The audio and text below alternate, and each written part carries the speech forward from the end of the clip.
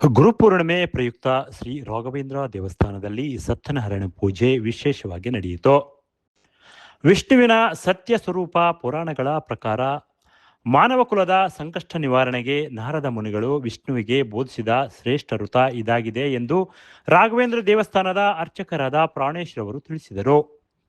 ಗುರುಪೂರ್ಣಿಮೆ ಪ್ರಯುಕ್ತ ಬುಧವಾರ ಬೆಳಗ್ಗೆಯಿಂದಲೇ ವಿಶೇಷ ಪೂಜೆಗಳನ್ನು ನೆರವೇರಿಸಿ 12 ಗಂಟೆಗೆ ವಿಶೇಷವಾಗಿ ಅಲಂಕಾರಗೊಂಡ ಸತ್ಯನಾರಾಯಣ ಪೂಜೆಯನ್ನು ನೆರವೇರಿಸಿ ಅವರು ಮಾತನಾಡಿದರು. ರಾಘವೇಂದ್ರ ಸ್ವಾಮಿಗಳು ನಂಬಿದವರನ್ನು ಕೈ ಬಿಡುವ ಪ್ರಶ್ನೆಯೇ ಇಲ್ಲ. ಕಾಯ ವಾಚ ಮನಸ್ಸಿನಿಂದ ಅವರನ್ನು ಕೇಳಿಕೊಂಡರೆ ನಿಮಗೆ ಗೊತ್ತಿಲ್ಲದ ಹಾಗೆ ಅವರು ಆಶೀರ್ವಾದ ಮಾಡುತ್ತಾರೆ. ಇಂತಹ ಪವಿತ್ರ ದಿನದಲ್ಲಿ ಸತ್ಯನಾರಾಯಣ ಪೂಜೆ ನೆರವೇರಿಸುವುದರಿಂದ ನಾಡಿಗೆ ಮತ್ತು ಜನತೆಗೆ ಒಳಿತಾಗುವ ಸಂಕೇತವಾಗಿದೆ. ಪ್ರತಿ ತಿಂಗಳು ಹುಣ್ಣಿಮೆಯ ದಿನದಂದು ಪೂಜೆಯನ್ನು ಮಾಡುವುದರಿಂದ ಅತ್ಯಂತ ಶ್ರೇಷ್ಠವಾದದ್ದು. ಜೀವನದ ಸತ್ಯ, ಧರ್ಮ ಮತ್ತು ಭಕ್ತಿಯನ್ನು ಎತ್ತಿ ಹಿಡಿಯುವುದೇ ಈ ಪೂಜೆಯ ಮೂಲ ಸಂದೇಶವಾಗಿದೆ ಎಂದರು. ಸತ್ಯನಾರಾಯಣ ಪೂಜೆ ಮತ್ತು ವಿಶೇಷ ಪೂಜೆಗಳನ್ನು ಮಾಡುವುದರಿಂದ ಕುಟುಂಬದಲ್ಲಿ ಶಾಂತಿ, ನೆಮ್ಮದಿ, ಐಶ್ವರ್ಯ ವೃದ್ಧಿಯಾಗುತ್ತದೆ ಹಾಗೂ ಸಕಲ ಸಂಕಷ್ಟಗಳು ನಿವಾರಣೆಯಾಗುತ್ತದೆ ಎಂಬ ನಂಬಿಕೆ ಇದೆ. ಅದೇ ರೀತಿ ಸಾಯಂಕಾಲ ಶ್ರೀ ರಾಘವೇಂದ್ರ ಸ್ವಾಮಿಗಳ ರಥವನ್ನು ಎಳೆಯುವುದು ಮತ್ತು ವಿವಿಧ ಕಾರ್ಯಕ್ರಮಗಳನ್ನು ನಡೆಯುತ್ತವೆ ಎಂದು ತಿಳಿಸಿದರು.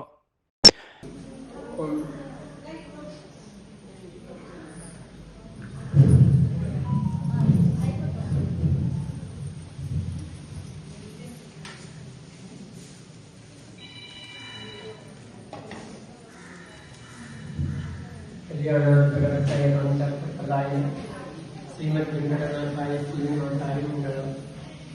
ಮನೋಜವಂ ಮಾರುತತುಲ್ಯವೇಗಂ ಜಿತೇಂದ್ರಿಯಂ ಭೂಮತಾವರಿಷ್ಠಂ ವಾತಾತ್ಮಜಂ ವಾನರೀತಂ ಕ್ಷಂ ಶ್ರೀರಾಮಕೃತಂ ಶಿರಸಂ ನಮಾಮಿ. ಪೂಜ್ಯಾಯ ರಾಘವೇಂದ್ರಾಯ ಸತ್ಯಧರ್ಮರತಾಯ ಚ ವೇದಾಂ ಕಲ್ಪವೃಕ್ಷಾಯ ನಮತಾಂ ಭಾವವೇ. ಇವತ್ತಿನ ದಿನ ವ್ಯಾಸ ಪೂರ್ಣಿಮಾ ಅಥವಾ ಗುರುಪೂರ್ಣಿಮಾ ಅಂತ ಕರೆಯಲಾಗ್ತದೆ. ವಿಶೇಷವಾಗಿ ರಾಯರ ಸನ್ನಿಧಾನದಲ್ಲಿ ನೀವೆಲ್ಲರೂ ಭಕ್ತಿ ಶ್ರದ್ಧೆಯಿಂದ ಇಲ್ಲಿ ಸೇರಿಕೊಂಡು ಈ ಒಂದು ಸತ್ಯನಾರಾಯಣ ವ್ರತದಲ್ಲಿ ಪಾಲ್ಗೊಂಡಿದ್ದೀರಿ. ಮಂತ್ರಾಲಯ ಪ್ರಭುಗಳು ಹರಸಿ ಬಂದ ಭಕ್ತರಿಗೆ ವಿಶೇಷ ಫಲಗಳನ್ನು ಕೊಡುವುದಕ್ಕಾಗಿಯೇ ಕಲಿಯುಗದಲ್ಲಿ ಜನ್ಮವೆತ್ತಿ 355 ವರ್ಷಗಳಿಂದ ಸತತವಾಗಿ ಮಂತ್ರಾಲಯ ಕ್ಷೇತ್ರಗಳಲ್ಲಿ ಬೃಂದಾವನಲ್ಲಿಕೊಂಡು ಎಲ್ರಿಗೂ ಅವರ ಯೋಗ್ಯತೆಗೆ ಅನುಗುಣವಾಗಿ ಅವರವರ ಫಲಗಳನ್ನು ನಿಮಗೆ ನೀಡ್ತಾ ಇದ್ದಾರೆ.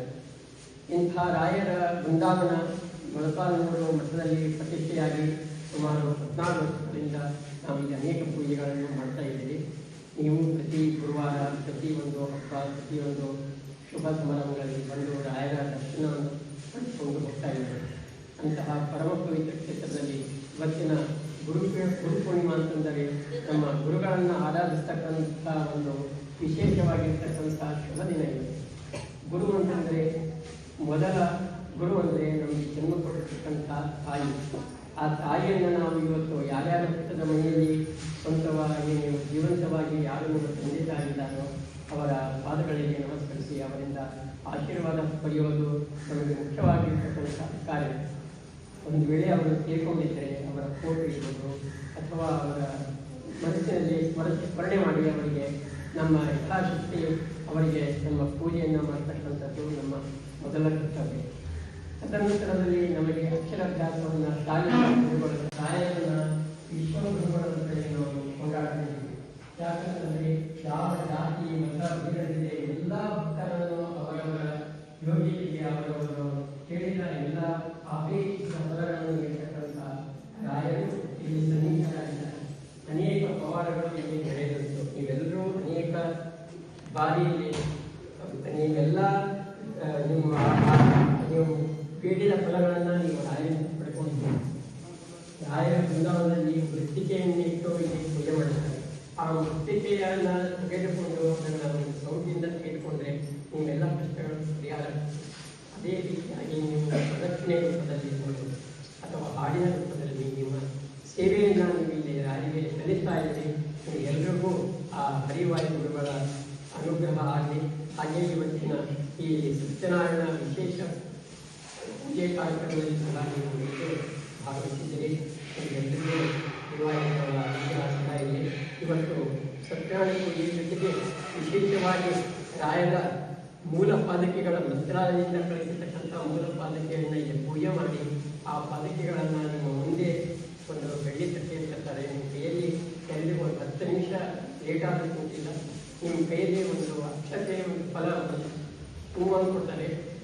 ಪಾದಗಳಿಗೆ ರಾಯರ ಪಾದಗಳಿಗೆ ಆ ಹೂವು ಮತ್ತು ಮಂತ್ರಚಿತ ಹಾಕಿ ನಿಮ್ಮ ಜೀವನ ಸಾರ್ಥಕ ಮಾಡಿಕೊಳ್ಳಿ. ಹಾಗೆಯೇ ತದನಂತರದಲ್ಲಿ ಎಲ್ಲ ನೀವು ಪ್ರತಿ ವಾರ ನೀವು ಕಾಯಿಯನ್ನು ಚೀಲದಲ್ಲೇ ಹಾಕಿರ್ತೀವಿ. ಆದರೆ ಇವತ್ತಿನ ದಿವಸ ಎಲ್ಲ ಕಾಯಿಯನ್ನು ಒಂದು ಬುಟ್ಟಿಯಲ್ಲಿ ಹಾಕಿ ನೈವೇದ್ಯ ಮಾಡಿರ್ತೀವಿ. ಹೋಗುವಾಗ ನೀವು ಎಷ್ಟೋ ಕಾಯಿ ತಂದಿದ್ದೀರೋ ಅದನ್ನು ಒಂದು ಫಲವನ್ನು ಮನೆಗೆ ಕೇಳ್ಕೊಂಡು ಹೋಗಿ. ನಂತರದಲ್ಲಿ ಎಲ್ರಿಗೂ ಪ್ರಸಾದ ವ್ಯವಸ್ಥೆ ಇದೆ, ಸತ್ಯನಾರಾಯಣ ಪ್ರಸಾದ ಇದೆ, ರಾಯರ ಪರಿಮಳ ಪ್ರಸಾದವನ್ನು ಸಹ ಮಾಡಿರ್ತೀವಿ, ಪಂಚಾಮೃತ ಇದೆ, ರಾಯರ ಮಂತ್ರಾಕ್ಷತೆ ಸಿಗುತ್ತಿದೆ. ಇವೆಲ್ಲರೂ ಶುಭ ದಿನದಂದು ಅತ್ಯಂತ ಪುಣ್ಯಶಾಲಿಗಳಂತೆ ನಾನು ಭಾವಿಸ್ತಾ ಇದ್ದೇನೆ. ಅಂತಂದರೆ ಭಕ್ತರ ರಾಯರು ಯಾರನ್ನು ನೋಡ್ತಾರಂದ್ರೆ ಮೊದಲು ಅವರ ಭಕ್ತರನ್ನು ನೋಡ್ತಾನೆ. ಯಾವ ಪೂಜೆ ಮಾಡೋರನ್ನಾಗಲಿ ಅಥವಾ ಮಠ ಕಟ್ಟಿರೋನಾಗಲಿ ಯಾರು ಇಷ್ಟ ಸಿದ್ಧಿಗಾಗಿ ಬಂದು ರಾಯರ ಸೇವೆ ಮಾಡ್ತಾರೆ ಅವರ ಮೇಲೆ ಯಾವಾಗಲೂ ಅವರು ಆಶೀರ್ವಾದ ಇರ್ತಾರೆ. ಹೀಗೆ ಪೂಜಾ ಕಾಲದಲ್ಲಿ ಭಾಗವಹಿಸಿದರೆ ಇನ್ನೊಂದು 10-15 ನಿಮಿಷಗಳಲ್ಲಿ ಪೂಜೆ ಮುಗಿದಿದೆ. ದಯವಿಟ್ಟು ಯಾರು ಗರಡಿಯಿಂದ ಹೊಂದಿದನು. 4ನೇ ಅಧ್ಯಾಯದಲ್ಲಿರುವ ವೈಶ್ಯ ಸಾಧುವು ಮುಂದಿನ ಜನ್ಮದಲ್ಲಿ ನಿರ್ಭಜನಾಗಿ ದೇಹವನ್ನು ಕಟ್ಟಿಯಿಂದ ಕಟ್ಟಿಸಿ ಬ್ರಾಹ್ಮಣನ ದೇವಿಗೆ ದಾನವಾಗಿ ಕೊಟ್ಟು ಮುಕ್ತಿಯನ್ನು ಹೊಂದಿದನು. 5ನೇ ಅಧ್ಯಾಯದಲ್ಲಿರುವ ರಾಜನು ಮುಂದಿನ ಜನ್ಮದಲ್ಲಿ ಸ್ವಯಂಭೂಮವಾಗಿ ಭಾಗವತ ಧರ್ಮವನ್ನು ಆಚರಿಸಿ ಮೋಕ್ಷವನ್ನು ಹೊಂದಿದನು. ಹೀಗೆ ನಿವಾರಣೆ ಪಂಚಮೋಧ್ಯಾಯ ಸಂಪೂರ್ಣಸಿ. ಈ ಸಂದರ್ಭದಲ್ಲಿ ನೂರಾರು ಮಹಿಳಾ ಭಕ್ತಾದಿಗಳು ಪೂಜೆಯಲ್ಲಿ ಪಾಲ್ಗೊಂಡು ತಮ್ಮ ಇಷ್ಟಾರ್ಥಿಗಳನ್ನು ದೇವರಲ್ಲಿ ಬೇಡಿಕೊಂಡರು. Bureau report PM Gangadhar, Bharat Vaibhav news, Molakalmuru. Thanks for watching. Read, discuss and debate with editor Dr. Yan Prashant Rao. Wanted reporters in print, digital and visual media for Bharat Vaibhav Daily Newspaper, BV News 5 Channel and BV Fast Web News from all the talukas of Karnataka, Goa and Maharashtra. If interested, send your resume to 9019229369.